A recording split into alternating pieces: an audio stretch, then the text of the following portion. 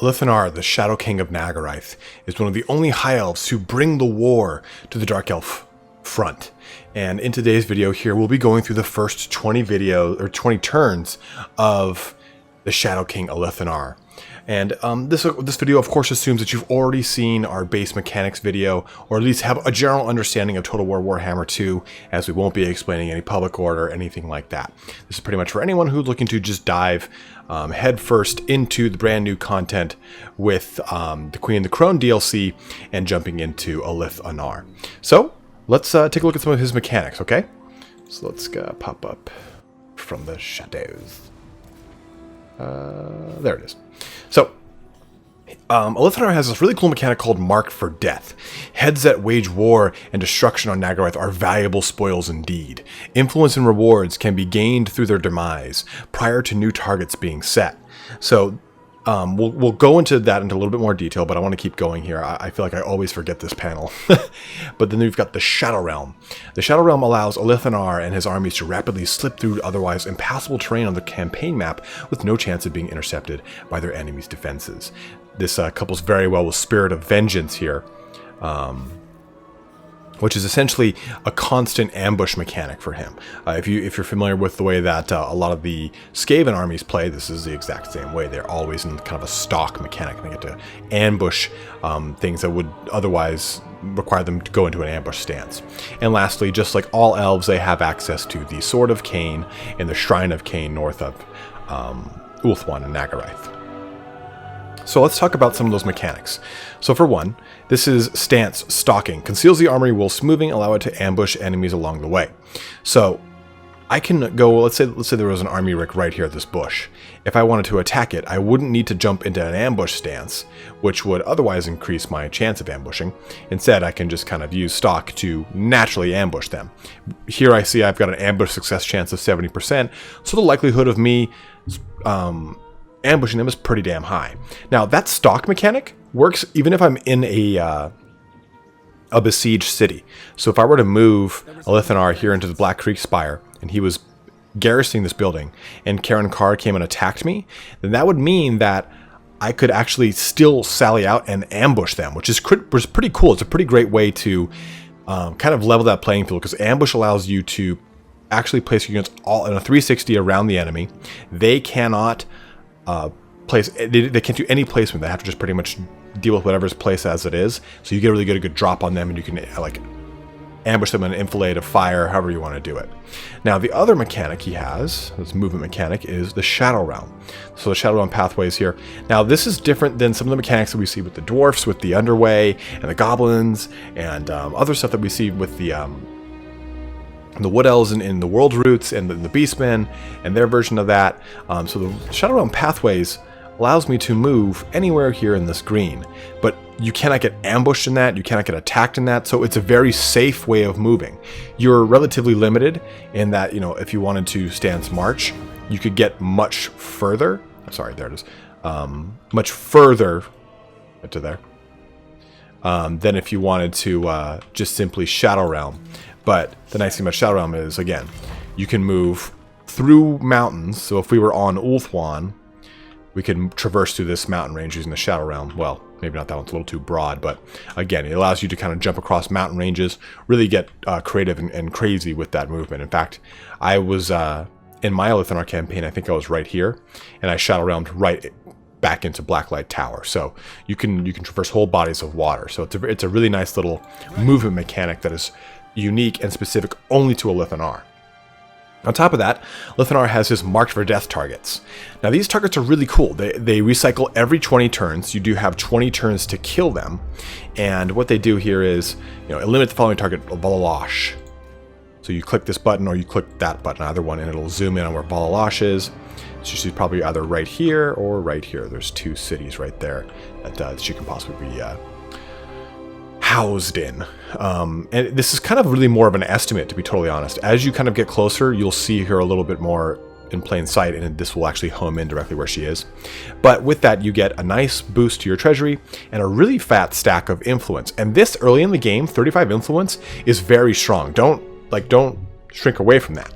Now, to kind of piggyback on that, the High Elves have a unique mechanic tied to their influence outside of their Intrigue and Court, and that allows them to hire nicer lords. These lords are better lords than their default lords.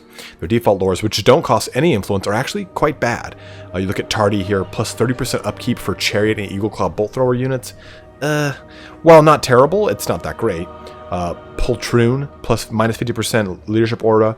So, you want to use that influence to summon the really good ones. Like, look at this guy, Resilient, plus 20 armor and melee defense, minus 15% upkeep for Illyrian Reavers and Silverhelm units, and minus upkeep for almost every single starting unit. So that guy's actually really damn good.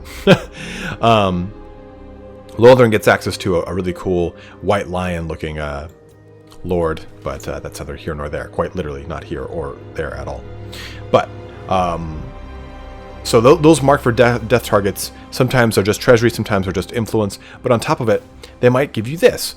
There is never peace. Diplomatic relations plus 20 with High Elves, and recruitment costs minus 50% for Shadow Warriors and Shadow Walkers units. Now, there's no rhyme or reason to this. In this starting case, that person's all the way out here, so that's a significant distance from you all the way over here in Black Creek Spire. But still, you do get the chance to... we'll see how you can actually get to that character pretty easily. I'll describe that in a little second when going through the rites. But keep in mind, these do recycle every 20 turns, and honestly, it's an extremely powerful mechanic because Alith Anar has the most access to influence across any High Elf character currently in the game. Tyrion, Teclis, and Lariel cannot garner the amount of influence that Alith Anar can in a 20-turn period, let alone in a 40-turn period. So if I got all of these, so that's 35, 25, then 44. That's 104 total influence. That's huge. So huge in the very beginning. Because, okay, on top of that influence, obviously we know the lords. You now have your Intrigue and Court. Now this is the other mechanic that is unique only to High Elves. Now the way this works is you can basically say, okay, I see that Shakakara here in Tiranoc is not my firmest of friends, so I can spend 4 influence to boost my relationship with her. That could be anywhere from 15 to 25 to 30, just depends on what your current standing is with them. If you look at some of the harder ones you see here, Tiranoc is just 4 because it's pretty neutral, not that bad. And that increasing it again should cost 5, then 6, and probably 8 at that point, then maybe 10. It all depends. It's relative to your standing with them. The higher it is, the more influence it takes. The lower it is, the more influence it takes. Take, for example, Valalash from the Forgebound. It takes 9 to increase her influence when she's already at negative 56. Same thing with Kar and Kar here. It takes 12 because she's at negative 96, and we're already at war as is. So you're probably wondering yourself, great, I mean, that's cool and all, but it seems kind of bland. Well, there's other things you can do with Intrigue at the Court. So if I take a look at this, I can actually look at the Forgebound and Karen Carr, and I can reduce their relations with each other, kind of getting them to spur a war with one another. Or maybe you've got an ally like Tiranoc, and you want them to really be pissed off at Karen Carr because they're not that mad at them, even though clearly they are in this case. Here, we'll choose the Forgebound. You can try and decrease relations to make it easier for them to want to join a war with you if you're allied with them. So you can really control the diplomatic world a lot better as the High Elves as a whole, but Alith Anar especially because you have access to so much influence. And going in on that, so we can't unfortunately do this. Yeah, maybe we'll revisit that. Well, no, I'll at least describe it. So the High Elves have a unique mechanic wherein if they get trade agreements with anyone, they can see all that individual's land and everything that they've explored. If you are familiar with other Total War games, then you might be familiar with reveal map information. It's the same thing pretty much. Anytime you make a trade agreement with anyone as the High Elves, you basically trade map information more or less. And this can help you to essentially value trade in a diplomacy. You can sit there and say, okay, Tiranoc, let's make a trade agreement. Now you can see Illyrian and Lothern. Okay, great. Let me see if I can trade agreement with them. Okay, now I can see Safri and Avalorn. Okay, cool. Now I can see Trace and Kothic. Oh, okay, now I can see Ibris. So you get an idea of where this is going. But that is unique to the High Elves only. But that covers that. Let's now talk about quickly the rites, because that's going to play in well here with Marked for Death. So, we've got 4 rites. Invocation of Morai Heg is unique to Alith Anar, but we'll talk about that one last. Invocation of Vol here costs 1,500 gold, takes 30 turns to recycle, and it lasts for 10 turns. But basically, it's your invocation you want to use before making, or at the same time as making a new lord and wanting to make a brand new semi-elite army here. You know, Swordmasters of Hoeth, White Lions of Trace, Phoenix Guard, and Dragon Princes all have minus 10% reduction to their recruitment. They also get a bonus to their recruitment rank, which is really, really, really nice because you're going to be able to get 2 Chevron units out the gate, which takes a little bit more time otherwise. Also on top of that, you get a dilemma will offer a powerful magic item. I mean, you'll have a choice between 3 to 4 magical items. You can choose what one makes the most sense for you, your army, how you're building your character. When I show you guys at the end of this video, I'll show you the one that I actually crafted using Invocation of Vol for my Alith Anar, who's I think at turn 64. Now, Invocation of Aisha here basically costs 2,000, lasts for 10 turns, and it's a really nice way to replenish an army, move through atrocious terrain, and also, attrition terrain, I call it attrition. Also boost up any kind of heavily corrupted areas with a plus and untainted. Invocation of Assyrian is a really good initial invocation here because the right will unlock after reaching rank 5 with your faction leader. Not too bad. This one is after 3 settlements, which is very quick as well. And this one is after doing 3 technologies, also quite quick, but a little bit further down the road in accordance to the other 2. Now, these first 3 unlock much quicker than Invocation of Vol, but Invocation of Assyrian is really good in the beginning because it gives you influence. It reduces your construction costs when you're building so many buildings at the beginning with a lot of your settlements, a lot of your provinces. You probably want to get those up and running fast and hot and quick. That's going to reduce that significantly in conjunction with the right that you get for completely taking over one province. So it's very important to get up on that. Also gives you a nice public order bonus, since if you have a recently captured province, and you're probably going to be suffering some public order and some perpetual public order as a result of occupying or loot and occupying from what you've done. So this gives you a really good way to get a hold of that. Now, you also have the Invocation of Morai Heg. Now, we talked about that one person marked for death that's so far away. Well, you pretty much want to be pumping out the Hand of the Shadow Crown ASAP. They are amazing. Their voice actor is one of the coolest voice actors I've ever heard. Like, super, super rad. And on top of it, you pop this guy out, he has a 100% chance to assassinate anyone at all, any given moment. So basically, you see this character, Nilosi, and I honestly don't know how you could get to this character in time. You might be able to. I mean, we could probably take over these. It takes 20 turns, so we could probably take over these 3 in the first 10, and maybe get the Shadow Crown guy all the way down there. The Hand of the Shadow Crown. The Hand of the Shadow Crown, once he assassinates, he's dead. He's gone forever. But he recycles again in 15 turns, so you can just summon another one and send him over. So basically, the way you want to play Marked for Death is you want to attack and kill this one with your own army, the closest one you can. This one will probably come towards me and attack me, but you want to get rid of them. Shakakara as well. These will probably be 2 easy targets for me. Ideally, what I would want to do is use my army to kill as many as I could that are close to me, and use the Hand of the Crown for very far off targets. For instance, there was a time that I had the Vampire Coast, which is right here. So I built the Hand for the Crown, I sent him all the way down the coast, killed the target, I got like 6,000 gold out of basically doing nothing. So you on a grip of influence, and do keep in mind though that these bonuses are on a timer. God, stop it. Yeah, there you go.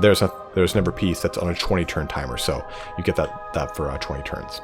So that kind of sums up our general mechanics here for the High Elves and for the Rites and the Intrigue Court here. But let's actually talk really quickly, real briefly about the technology as well.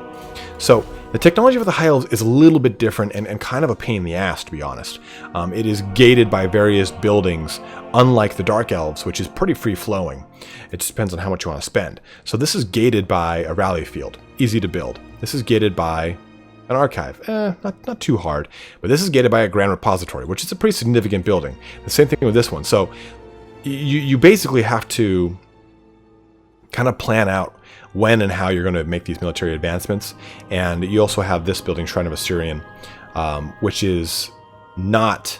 This is on another portion of or the Elven Court, but the Shrine of Assyrian is on another portion of Ulthuan, so it's really unlikely you'll build that. You just want to build an Elven Court, which is the one that builds the noble. So you get pretty quick access to that, and that gives you a lot of cultural advancements as well.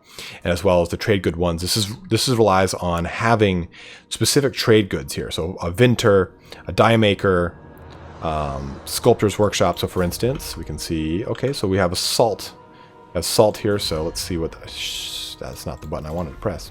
Let's see what the salt one is. Kilns, die maker, sculptor, iron smelter, salt distillery. So if we build the salt distillery building, we get access to this, which gives us increased growth and income from ports, which is actually a very, very good technology. And it's pretty quick and easy to come about. We just need to make an Elven embassy to do it, which is a tier 3 building. So, with that being said, so the nice thing about Black Creek Spire is you start here in a, not a provincial capital, but just a simple settlement. So I don't mind building that immediately. On top of it, you can bum rush to the Alith Anar camp to get access to Shadow Walkers, which is honestly probably the way to go. You can kind of set this up for the future and build your homestead, which is your growth. But I'm actually going to be a little more aggressive this time. I'm going to go with an Alith Anar camp. That way I'll be able to get more Shadow Walkers very fast. This thing... Blacklight Tower weak, or I'm sorry, Slaver's Point. Pretty weak. Attend. So what we're actually going to do is we're going to march pretty close to, or very close to it. I like to get to the edge of the territory because we can still recruit in this range. I'm going to make... You know what? I'm actually not going to make this building so we can get ahead of the power curve with our units here. We'll worry about that building later. In fact, we'll probably just do this. Like a homestead for now, just to increase growth while we do this. So while we do this is going to allow us to basically make a nice little fighting force that can knock out Slaver's Point and then Karen Carr. Should be pretty quick and easy. So while that's kind of going off, we'll let that turn progress. And I'm not going to go through all 20 turns here. I'm just going to kind of give you guys an idea of how this all goes, how it's set up. And see, you can see Karen Carr is already heading towards me. Oh, she's gone into ambush mode. I'll be honest, they've actually never done that quickly for me. Usually I gotta wait a little bit longer. Oh. That's neither here nor there. So we'll do this. And we'll just auto-resolve that. Quick and easy kill. We have a Moon Dragon, so it's a huge power spike for us. And we will occupy. I don't really want to loot right here. You can loot. There's no reason you shouldn't or you can't. And buff him up. Now, Route Marcher is going to be your go-to. You always choose Route Marcher first. Easy peasy, lemon squeezy.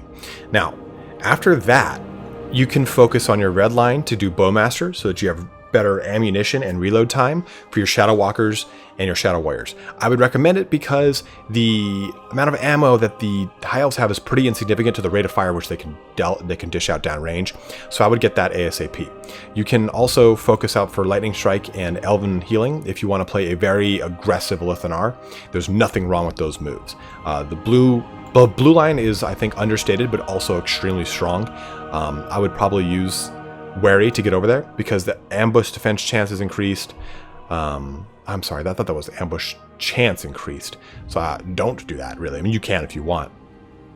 But you can do pretty much any one of these to get you into one of these three. Ancient Cunning was the one I was thinking of, which is ambush success chance, which would pretty much make it so he has 100% ambush success chance almost all the time.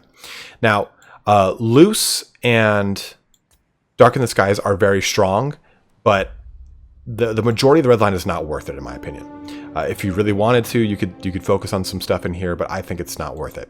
I think the better move for Alith Anar is going through his yellow line as fast as possible. You want Deadeye because it increases your ammunition, your reload reduction, and you want to be able to increase melee attack, maybe not so much, but I would definitely go with this, Valor of the Ages, because you're going to be fighting a lot of High Elves, and I'm sorry, Dark Elves, and this gives you a total 23% increase to your weapon strength. That is huge. So I would go with Valor of the Ages quickly, getting slippery, and and then eventually getting a volley of arrows and piercing shots as well. You want him to basically be just a roving and moving bolt thrower, because he gets so strong. I mean, 12% missile damage. Let's just say, where is the other one? There it is. 15%. So that alone is 27% increase to his missile damage. The moon bow is a very significant increase to his missile damage as well, with another 12%. That brings him to 39%. So if you look at that number alone, that's a pretty significant bump. And all of these benefits here are going to benefit your Shadow Walkers, your Shadow Warriors. So you want to get them ASAP as soon as he hits rank 10. And then eventually Shadow King, which is just amazing. It's a better mislead. So you really want to focus on that yellow line initially with Alith Anar. And I like to fight a lot of these early games to keep my army up in good standing and good position. But again, you guys can play this however you want. Good starting armies here. I would get about 4 to 5 archers. Then I'd actually fill out majority Shadow Warriors, because the Shadow Warrior recruitment cost and upkeep for Alith Anar is reduced. We'll take a look here. Attend. Oh yeah, we've got to research technologies. Forgot about that. Do that. We'll talk more about, I didn't talk about the directions of technology. We'll talk about that too. But if we take a look at this, the upkeep for a Shadow Walker is 138. It's literally 13 more than a Spearman, which is huge. Huge, because if we take I don't think I can look at it unless I build it out. But so here's a Shadow Warrior. It's got 213. And that's 275 as a standard Shadow Walker. So a Shadow Walker has got poison melee attack, poison missile damage, and he's anti-infantry. So he is a significant improvement upon the Shadow Warrior. And there's no reason you should not want to take. They have snipe too, or well, they don't have snipe. I thought they did. But either way, they're a significant improvement. They're way stronger because they just do so much more damage. They're anti-infantry, just so awesome. I might as well just increase that manner. So as far as technology goes, I would not bother with a lot of these are not worth it. Militia training is nice to get the ranks. Appoint Sea Master is a little bit better to get ranks from your Lothern Sea Guard. But if it were me, I wouldn't stick with anything Illyrian Reavers or Silverhelm related, because they're really not that strong.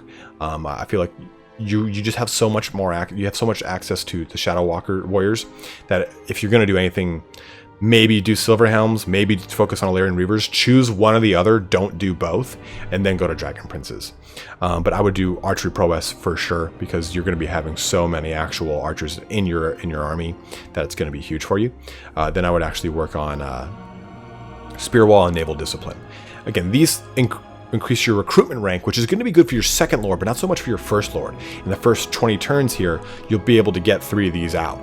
So probably this one, Naval Discipline, and Spear Wall, because you're going to get Lothern Sea Guard once we build this second. Oh, yeah, I already have access to them. So I can make them right now. And I think Lothern Sea Guard are, they're one of my favorite units, and they're probably one of the strongest units in the campaign. So I would actually probably try to secure this as fast as possible. There is only vengeance. So we'll move up here to the chilling sounds of Dylan Spruce in my ear. Then I'd actually I'd say screw it and just 3 Lothern Sea Guard here. This is going to hurt our income, but it's going to be crucial. So we'll wait this turn out. So some things I want to talk about now are kind of the directions of how you can go with this campaign. I made the mistake when I was playing mine, and I immediately bum rushed for Ulthuan. Don't do that. Oh, so this mission aborted. This means that Nolosi was actually killed by someone, not me. So I don't get any of the benefits of it. So we can take a look over here. I bum rushed for Nagarythe to try to get Torin Lek and then the Shrine of Cain. You do want to get the Shrine of Cain. That is very important, but it's not as pivotal as pushing to the west. You want to knock out as many Dark Elves as you can as fast as possible. So what I would do here is you want to take Karen Carr. You want to take this entire thing right here. Then you want to move for Vol and Grond across the way ASAP, because this is a ritual resource site and you want access to that fast. You're going to be trying to race against Malekith and Harganeth on the way there, so you have to get up and running quick, or else you're just going to get beat to the punch. Then after that, once you kind of solidify this whole stretch right here, and you can move quickly across this with the Shadow Realm, because Alith Anar is not the only one that can use Shadow Realm. All of your lords as Nagarythe can have access to the Shadow Realm. So you can pop across this little isthmus very easily. Now, your second resource site here is Val's Anvil. So you want to head here as a priority as well. You need 2 resource sites if you hope to win on hard. You'll need 3 or higher if you want to win on very hard or legendary. So you want to go for them ASAP. He does have a Shadow Crown. His hidden item is the Shadow Crown. See, he's got the moon bow. His hidden item is the Shadow Crown, and I don't know how you get that. I've not been able to discover it. Lore Master of Sotek, who's been helping me out with a lot of this lore, or I'm sorry, a lot of the strategy on how to achieve success in these campaigns. I'm going to put a link to his channel below. Please go ahead and check him out, because he's actually doing all these campaigns right now, and he knows about these so well. But there is a hidden item, the Shadow Crown, and we're not sure how you get it. It might be tied to Val's Anvil, it might not, we're not sure. But again, you don't want to focus on Ulthuan. Leave Ulthuan alone. You're going to get enough positive relations with Ulthuan through this little ditty that you won't need to worry about that. What I would then worry about is just expanding to the west, taking out, getting Karankar, getting Grond, and then moving down here to Val's Anvil. And I'll show you guys kind of how that pans out here. We'll come over here to Karankar. Again, I always recommend actually manually fighting these. I'm just pressing this button. I might lose right now. No, I didn't. I always recommend manually fighting them. It's very recommended. This unlocks our invocation of Aisha. So this is just about the end of our video here. Let's load in. I want to show you guys what happens if you go for Ulthuan, so that you don't pay the price like I did. So again, you don't want to focus too much on Ulthuan, because you'll find that if you focus too much on Ulthuan, it'll take you too much time and too many resources to get over there. And by the time you get over there, usually that land will have already been captured. And if you do that, you'll actually miss out on a lot of the power curve that's happening to the west of you. Those factions will get stronger while you are effectively staying weaker. Now, in this playthrough, I've expanded to the west, finally. I've taken out these portions. I started to expand up here, but I lost it in a bad gamble. But I had pushed out onto Tor Dranil, but Tor Dranil had just been taken over by Averlorn. I said, oh, I'll go for Torian Lek, who just got taken over by Trace, and I got lucky and snatched the Shrine of Cain, which is a ritual resource site, which is very good. You want a ritual resource site. So, and the Shrine of Cain gives you access to the Sword of Cain, which is just sitting there for me. And again, that is incredibly important. You want to focus that Sword of Cain so that you can actually control it. Now, you don't even need to pull it. You just need to control it. So, if I had focused on expanding west to begin with, I also got this little guy down here, I wasted all these turns without any positive gain except for the Shrine of Cain, which is, again, a net positive, I'd say. But if I had actually focused west, I would have had Val's Anvil, which would have been, I would have now had 2 resource sites, and I would have stopped Tretch Craventail from expanding so. He is actually quite large in this play. Take a look at this fine little bastard. There he is. Oh, there he is. So, I mean, he's got 8 settlements, and they're spewed around somewhere. So, you want to really make sure that you focus very well on pushing to the west. And lastly, let's take a look over here at Alith Anar. This is what I would say is a really good ideal army for him. In fact, I would not bring these White Lions of Trace. I did it as kind of like, I miss these guys, and they're not worth it. I would bring 4 units of Spearmen, the rest Shadow Walkers, with 3, I'd say anywhere from a total of 4 to 8 Archers and Lothern Seaguard, because I think Lothern Seaguard are way better than Archers. You're just paying a little bit more for them, obviously, almost 100 gold more for them for their upkeep, but you have your lovely Moon Dragon, and that's a huge power spike for you. But hopefully this gives you guys a really good idea on how to play the first 20 turns of Alith Anar. He is a little challenging, and he does require you to really be on your toes. You do have to constantly be expanding and pushing west, but you have a lot of tools at your disposal. You can move around the map better than any other high elf. You can ambush, which is very strong for an army that is already extremely strong without ambushing. So you have a lot of really great tools at your disposal, and I really can't wait to see how you guys enjoy the Alith Anar campaign. So if you have any other questions or any points that you get stuck on the campaign, please feel free to comment below. Let me know what your experience has been with the campaign. I'm very excited to talk to you guys and see how you're enjoying this DLC. But thanks so much for watching here today, guys. Don't forget to like, subscribe, all those goodies, and let me know what you want to see for some more of these little campaign tutorials. I figure this would be very helpful for anyone jumping right into the DLC after not playing for a while, and a great way to get a sense for how to really get about these first 20 turns. Because these first 20 turns, as I've been saying, are really the same for everyone. You can really do them differently however you want, but the first 20 turns are A, pretty pivotal, and B, you're going to do a lot of the same stuff before you branch into the campaign that you want to play. And that's really the crux here, guys. Play this game how you want to. But thanks for watching, have a good one, and take care.